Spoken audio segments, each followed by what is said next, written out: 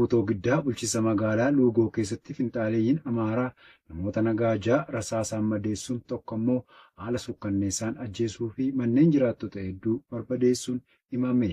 Gabaasa qindaa'eef Caalaqaafan Fayyeeraa. Maallaqni guddaan Koloneel Abiy Ahimadiin itti dhangala'uun kan ijaaraman finxaaleeyyiin Amaaraa maqaa Faannoo jedhuun of waaman gaafa Bitootessa 7 2026 godina Baha Wallaggaa aanaa guutoo giddaa bulchiinsa magaalaa Luugoo ganda Gooroo Xiyyaaraa jedhamutti halkan toora saayitii 6tti jiraattota gandichaa irratti dhukaasaa abbanuun namoota nagaa 6 rasaasaan madeessuun nama tokko ammoo haala nama sururuun yoo ajjeesan manneen uummata nagaa 18 ammoo qabeenya guutuu waliin ibiddaan barbadeessanii deemuu maddeen irraata biyyoolessa Oromiyaatti himaniiru.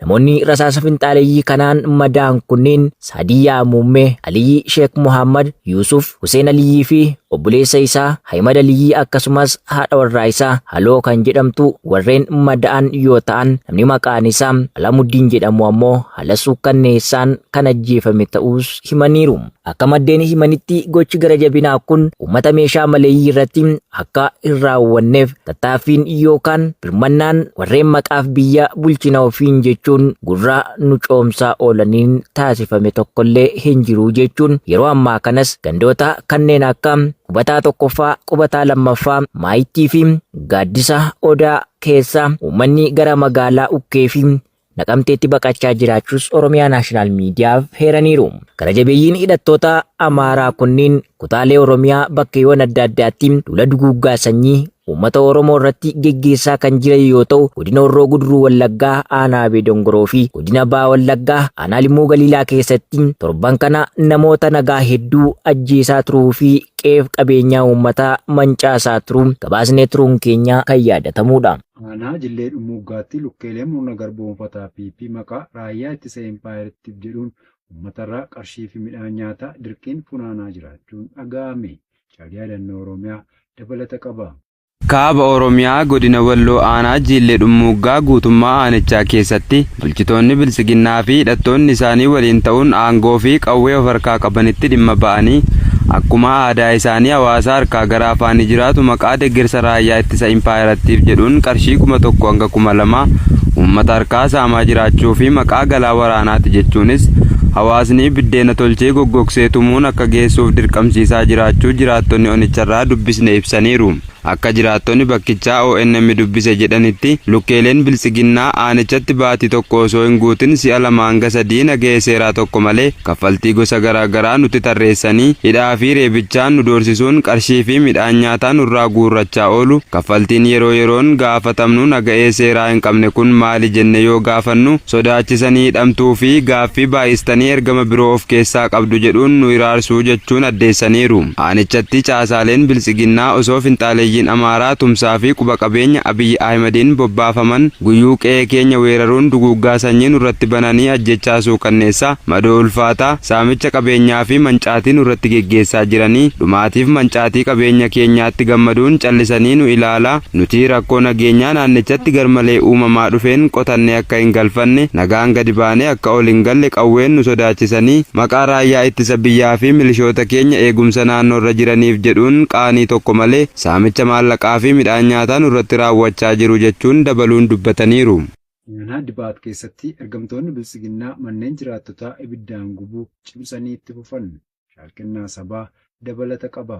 Afaan nagaa fi badhaadhina faarsaa duuba nammoo hawaasa nagaa jiruu fi jireenya isaa geggeeffatu maqaa garaa itti maxxansuun reebuu hidhuu ajjeesuu fi manneen jiraattota gubuu irratti kan xiyyeeffatan lukkeeleen bilisiginnaa godina Matakkal aanaa Dibaat ganda Tuskii Gambeelaa jedhamu keessatti Bitootessa 9 qonnaan bultoota maqaan isaanii Fiqaaduu Guutaa, Tasgaraa Guutaa, Gammachuu Hordofee, Fayyisaa Hordofee, Abbabee Goobanaa, Darajjee Guutaa, Yaa'iqoob Guutaa, Gammachuu Amantee, Bayyanaa Yaadataa, Abrahaam Bayyanaa, Xalahuun Taaddalee, Habtaamuu Taaddalee, Gurmeessaa Taaddalee, Suudanee Taaddalee, Kaffaalee Baabunnee, Kudhuqee Taaddalee, Hundasaa Gammachuu, Gammachuu Tufaa, Mannaroo Amantee, Mardaasaa Amantee, Alamaayyoo Nagarii, Lammeessaa Nagarii, Lammeessaa Guutaa, Addaal Bayyaan, Lammeessaa Addaal, Naanaatii Addaal, Warquu Geelaa, Dureessa Geelaa, Geelaa Beeyyaa, Abdiisaa Fayyisaa, Gammachuu Fayyisaa, Imminee Fayyisaa, Eebbaa Damee, Abarraa Dassaalee Boggaalee, Balaay Adabaa, Abarraa Adabaa, Hinsarmuu Gudduu, Dabalaa Bayyanaa, Sirreessaa Bayyanaa, Hundasaa Ayyaanaa, Dhibbisaa Addaalii fi Aaddee Alamituu Badhaasaa jedhaman jalaa sababa tokko malee maqaa hidhata waraana bilisummaa Oromoo qabdu jedhuun manaa fi meeshaalee mana keessaa hundaa gubanii barbadeessuu jiraattonni gandichaa Arraata biyyoolessa Oromiyaatti himaniiru.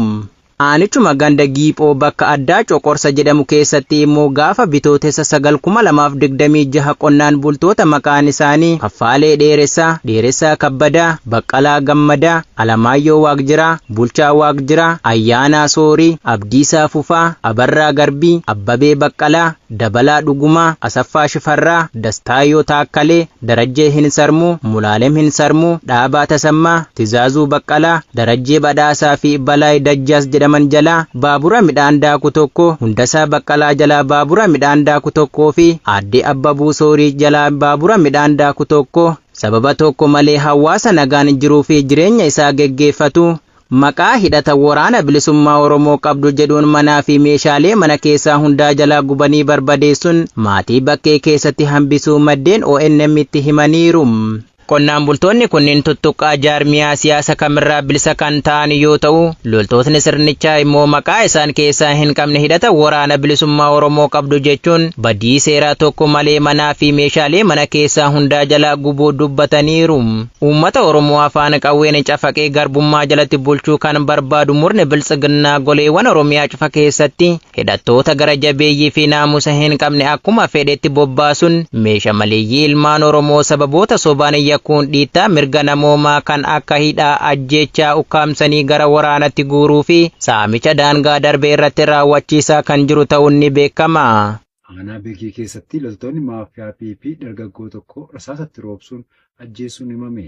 Guutuu gabaasa kanaaf Jaasabaafan Waggaarii. Godina Lixa Wallaggaa Aanaa Beekii ganda Toongoo jedhamu keessatti gaafa bitootessa 4/2026 dargaggoo maqaan isaa Warqinaa Haayilee jedhamu halkan keessaa toora sa'a 5tti yeroo inni jal'isii bishaanoo baafachuuf gara ooyiruu isaa deemaa jiru milishoonni sirnichaa haala suukanneessaa ta'een rasaasa itti roobsanii ajjeesuun bakkee keessatti gatuu maddeen Arraata biyyoolessa Oromiyaatti himanii jiru. Loltoonni abbaa irree biltsiginnaa dantaa sabaa caalaa garaa isaaniif bitaman sabarraa dhalatanitti deebi'anii qaama hannaa fi dararaa irratti isaan bobbaasee gammachiisuuf jecha ilmaan Oromoo sababoota sobaa yakkuudhaan ajjechaarraa qabee hanga achi buutee dhabamsiisuutti irratti raawwachuu itti fufanii jiru. Akka maddeen himanitti dargaggoon kun tuttuqqaa fi hirmaannaa dhaaba siyaasaa kam keessaa harka kan hin qabne yoo ta'u, milishoonni sirnichaa ammoo maqaanni keessaa hin qabne hidhata waraana bilisummaa Oromoo qabda jechuun ajjeesuu ifoomsuun jiraattonni gandichaa ajjechaa dargaggoo kana irratti raawwatameen sodaa guddaa keessa seenneerra jechuun ifoomsanii jiru. Murni abbaa irree biltsiginnaa yeroo adda addaatti jaleewwan isaa kumaatamaan goleewwan Oromiyaa keessa bobbaasuudhaan meeshaa maleeyyii ilmaan Oromoo irratti hidhaa ajjechaa achi buutee dhabamsiisuu saamichaa fi sarbamiinsa mirga namoomaa ulfaataa qaqqabsiisaa jiraachuu irra deddeebiin gabaasaa turuun keenya kan yaadatamudha. Rumaaniyaan Ameerikaan buufata xiyyaaraa biyya keessaa aleellaa Iraan fayyadamuuf gaaffii dhiyeessitee gamaggamaa jiraachuun ibsame. Dabalatasaaf jalwabii biyyaa. Pireesidaantiin Rumaaniyaa Niikosoor Daan Roobii Kaleessaa mana mareettisa waraanaa gamtaa Awurooppaa fi neetoo waamuun deeggarsa hojii Teheraan waliin walqabateef xiyyaaronni Ameerikaa buufata waraanaa ishee akka seenan hayyamoo fi dhiisuu irratti mari'achuu isaanii maddeen siyaasaa beeksisaniiru. Manni marichaa bara kanaa yeroo jalqabaaf walga'uun kufaatii nageenyaa waldhabdee ba'aa giddu galeessaa irraan kan ka'e dhiibbaa gabaannisaa Rumaaniyaa irratti qabuu fi yeroo dheeraaf dandeettii waraanaa naannoo Rumaaniyaa irratti bobbaasuu irratti mari'ata. Bobba'aan sun maddeen siyaasaa osoo balinaan in ibsine gaaffii Ameerikaan buufata xiyyaaraa maayilii Koogilin ishee yenuuf fayyadamuuf dhiyeessitee eereera. Biyyoonni gamtaa Awurooppaa tokko tokko kan akka Faransaay, Giriikii fi Xaaliyaanii ergaa dirooniin Iraan hojjetamee buufata Bireeteen odolaa kanarra jiru rukutee booda doonii waraanaa gara Qophiroositti erguun kaan ammoo buufata waraanaa isaaniitti fayyadamuu eeyyamaniiru. Irra caalaan qondaaltonni olaanoo gamtaa Awurooppaa haleellaa Iraan naannichatti raawwattu balaaleffachuun waldhabdeen kun akka xumuramuu fi dippiloomaasiin akka furamuu gaafataniiru. ibsaniiru. Ameerikaan daangaa mataa ishee fi naannoo Indoo Paasifiik irratti waan xiyyeeffatteef US bara darbee buufata xiyyaaraa Rumaaniyaa Maayil Koogilnishee yenuu irraa loltoota gara 1,000 baafte. Loltoonni Ameerikaa 1,000 biroo ammoo Rumaaniyaa keessatti hafaniiru. Aanaa Harxummaa Furseetti fiinxaaleeyyii Amaaraa faannoon daa'imni ganna 9 madaa'uun loon namoota 23 olii ta'anis yoo ajjeefaman bulchaan godina Walloo ammoo maqaa araara jedhuun hawaasa hiraarsaa jiraachuun barame. Jaaljiksaa sirnaan waan qindeeffate qaba. Kaaba Oromiyaa godina Walloo aanaa Harxummaa Furseetti bitootessa 9 bara 2026 gara ganamaa dhukaasa hidhattoonni finxaaleeyyii Amaaraa faannoon akkuma bartee isaanii riphanii ba'uun daa'imman iddoo caffee biluu jedhamutti loon tiksaa jiran irratti bananiin daa'ima ganna 9 maqaan isaa Yeedar Maammee jedhamu dhalataa aanichaa ganda diidoo kan ta'e rasaasaan rukutuu yoo madeessan loon jiraattota 23 ol ta'anis rasaasaan waadanii ajjeesanii jiraachuu jiraattonni naannichaa ONM'if eeranii jiru. Daa'imni gara jabinaa maal leellistoota sirna moofaa durii hidhattoota badii finxaaleeyyii Amaaraa faannoo kaayyoo fi karoora hin qabne kanaan madaa'e kun madoon isaa ulfaataa ta'uu irraan kan ka'e yeroo ammaa mana yaalaa keessatti du'aa fi jireenya gidduutti kan argamu ta'uunis ifoomee jira. Humnoonni badiin kun battaluma daa'ima kana madeessanitti wayitalloon daa'imman tiksaa turan dhukaasa isaanii dheessuun jalaa fiigan akkuma waraanaatti battala itti qabachuun loon namoota baay'inaan 23 ol ta'an achumatti ajjeesuu fi gariin ammoo madeessanii biraa deemuun ibsamee jira. Aanichatti kun osoo kanaan jiru bulchaan godina Walloo obbo Ahmed Alii Abbaa Afroo fi bulchaan aanaa Harxummaa Fursee obbo Ahmed Muhee bitootessa 10 aanichuma bakka addaa Cirrii jedhamu deemuun nama maqaan isaa Ahmed Usiyyoo kan hawaasa bakkichaa biratti dhageettii qabu kaamsanii qabuun maqaasitu uummata Amaaraa hawaasa itti kakaasee lolchiisaa jira jedhuun hiraarsaa jiraachuu fi uummata onichaa ammoo erga isa qabanii maqaa uummata Amaaraan walitti isin araarsinaa uummata Amaaraa ofiif hin tuqinaa jedhuun uummata sodaachisaa fi maqaa araara jedhuun of dagachiisuuf hojjechaa jiraachuu ONM maddeen irraa qulqulleeffatee jira. Arsii lixaa aanaalee garaa garaatti murni bilxiqinnaa duulana filadhaa jedhu humnaan hawaasa irratti fe'aa jiraachuun ifoome. Dabalata isaaf jaal amartii Oromoo. Godina Arsii lixaa magaalaa Shaashamannee, Qoree, Kofalee, Kokossaa fi Eeban Arsii keessatti loltoonni bilxiqinnaa hawaasa humnaan mana isaanii keessaa baasuun afaan qawween sodaachisanii kaardii filannoo itti raabsaa jiraachuu jiraattonni arraata biyyoolessa Oromiyaatti himanii jiru. Haaluma kanaan bitootessa 9/2026 aanaa Eeban Arsii ganda Sanbarroo Rogichaa fi Meexxii keessatti hawaasa humnaan mana isaanii irra deemanii baasuun erga iddoo tokkotti walitti qabaniin booda kaardii filannoo itti raabsuun yoo guyyaa filannoo sana hin argamtan taatan isin ajjeefna jechuun doorsisaa turus jiraattonni itti dabaluun ibsaniiru. Aanota kanneen hunda irratti erga kaardii filannochaa kennanii xumuraniin booda filannoon kan inni geggeeffamu karaa ashaaraatiin waan ta'eef namni paartii biraa yookaan dhaaba biraa filattan walitti deebina wal hin dhiibnu jechuun hawaasa doorsisaa turus gabaasni ONM qaqqabe ni addeessa. Bulchiinsa magaalaa Dirree Dhawaatti saamichi ergamtoota bilxiqinnaan hawaasa irratti raawwatamu jabaatee itti fufe. Gabaasa qindaa'eef jaal amansiis kaayyoo.